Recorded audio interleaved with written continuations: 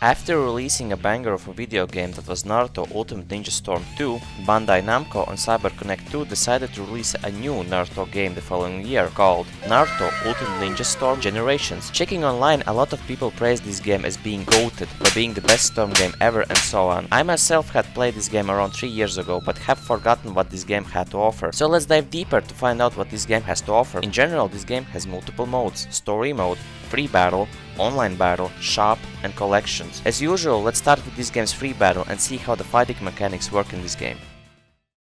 This game's free battle mode has to be one of the best free battle modes so far. Starting off, this mode now offers 4 new modes, like versus battle, survival, tournament, and training. Versus battle mode offers the standard player versus computer, player versus player, and the new addition of computer versus computer battles, where you are able to spectate a match between 2 bots. Going further, we can again choose to have a 1v1 fight or team battles. The character pool compared to Storm 2 has been increased. Now players are able to play with around 72 playable characters, of which few of the characters do have alternative costumes with different ultimates. Additionally to these playable characters, there are now support-only characters that can be used only as support characters. This concept was later brought back as well for future Storm games. In the character pool we have all the main cast of Naruto, all the Akatsuki members, all of the past Hokages, kid versions of Kakashi and Obito. Talking about kid versions, this game now allows the players to use the kid versions of our beloved Naruto characters. Just like in the previous Storm game, by selecting specific characters you are able to create a team, to which a specific name is given. Example, if we choose the second, the first and the third Hokage, we will get the team called Past Hokages.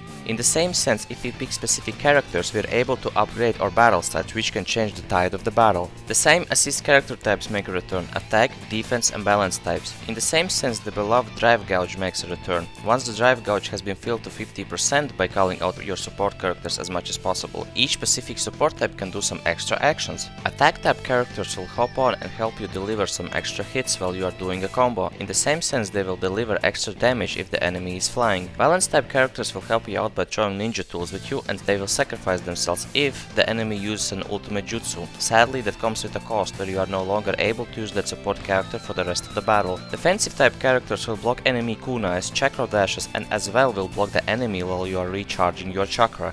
Once the drive gauge is at 100%, the player is able to perform a team ultimate jutsu on which each character jumps in to do extra damage before the player character is able to use his ultimate jutsu.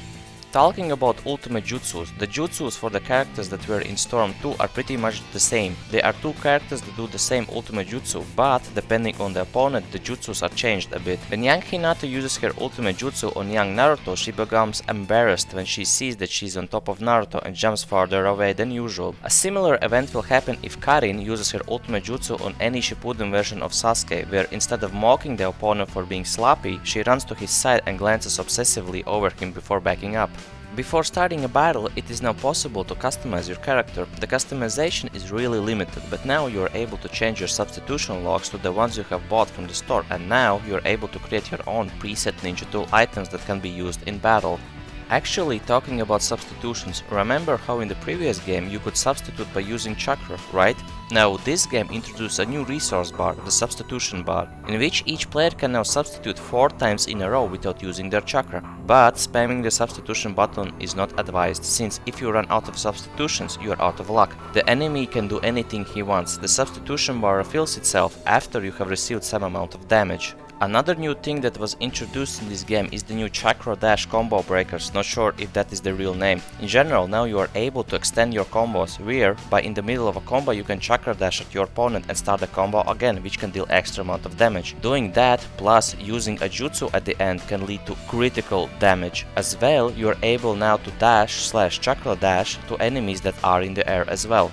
Thanks to these new aforementioned features, this game now feels a lot faster than previously. The movement has been updated as well, where now you are able to jump from side to side without stopping. Talking about other modes, the survival mode of this game is split into multiple ranks: introductory, beginner, intermediate, advanced and ultimate survival, where in each rank there are multiple types of battles, and in which of those there could be up to 10 battles. Each rank basically acts as a difficulty level, where ultimate level is the hardest and introductory is the easiest. By completing each rank rank you are able to unlock the next rank. The same thing works for the types inside of the ranks. After beating a rank, the player is presented by a small victory screen. After that, we have the tournament mode, which consists of challenge tournament and battle tournament. Challenge tournaments are basically already pre-created tournaments in which the player can fight. These tournaments follow the same principle where there are multiple ranks of the tournaments, where each rank is a higher difficulty than the last, and inside of these tournaments there are more tournament types. Complete all types to unlock a new tournament rank.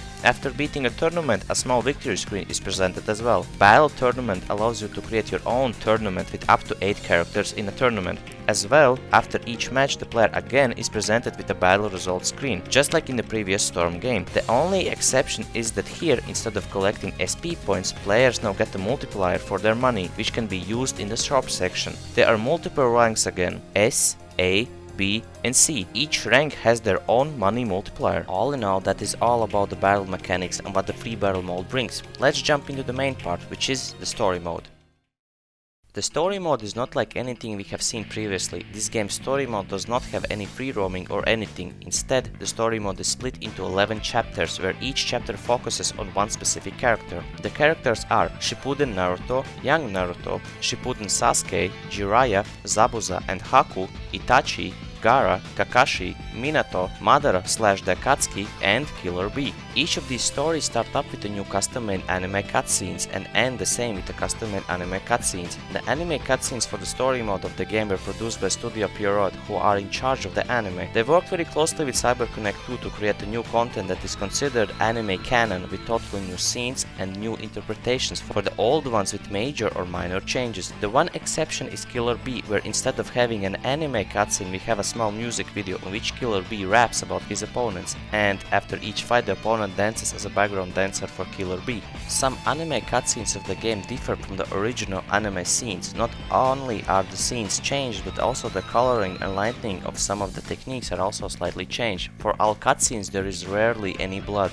After the starting cutscene, you are told the story of the character through still frames which are from the anime. The still frames are fully voiced. The story goes on until a battle is happening in which you are only controlling the story character. After the battle, the story is again shown with still frames.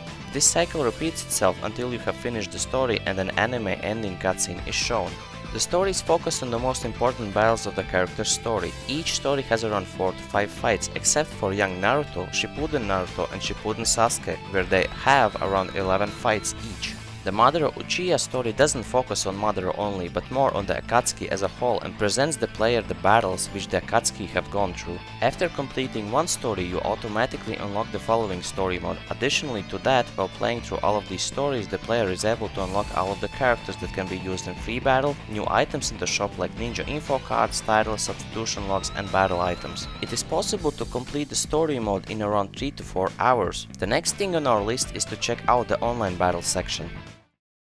In the online battle section, we are able to do multiple things. The player is able to play player matches, which are the equivalent to casual matches, and play ranked matches. Of course, since this game came out 11 years ago, nobody is playing this mode on the PlayStation 3. The casual section is also split into multiple subcategories. Beginner battle, where beginners can find other beginners and try to learn the game without getting their asses handed to them. Endless, where you battle multiple opponents until you lose. An online tournament has been added that works just like the free battle tournament. Besides fighting online, the player is able to update his online presence. Just like in Storm 2, we can edit our title and ninja info cards that can be bought from the shop or unlocked by playing the main story. In this game, the ninja info cards work a bit differently. Each info card gives the player a small boost. It can boost for attack, defense or even extra damage for support characters. Now that that is done, let's head on to the shop section.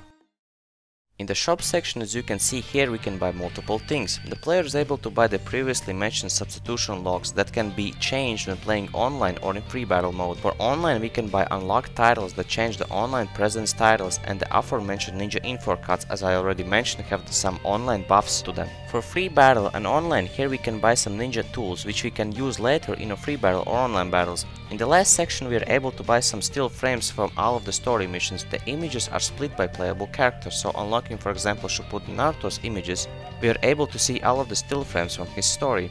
Now that we had our shopping spree, let's head out to our collection to see what we have gotten. In the Collections tab, we are able to see all of the items that can be bought in the shop, substitution items, ninja info cards, ninja tools and images. As well, in this section we are able to see ultimate jutsus. In order to unlock all of the jutsus, you have to first execute them with a specific character. Another interesting thing is that we are able to watch all of the story mode anime cutscenes here as well. Of course, in order for you to unlock them, you have to play the main story first.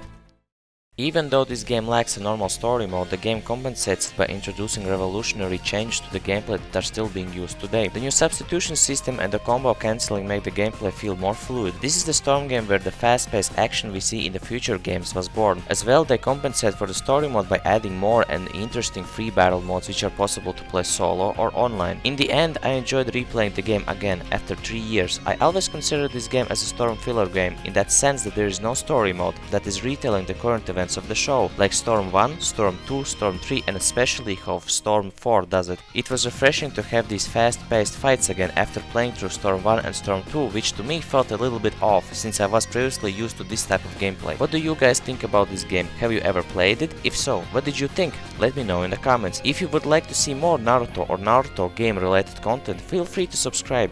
And yeah, that's it from me. I wish you all a nice day/evening. Bye guys.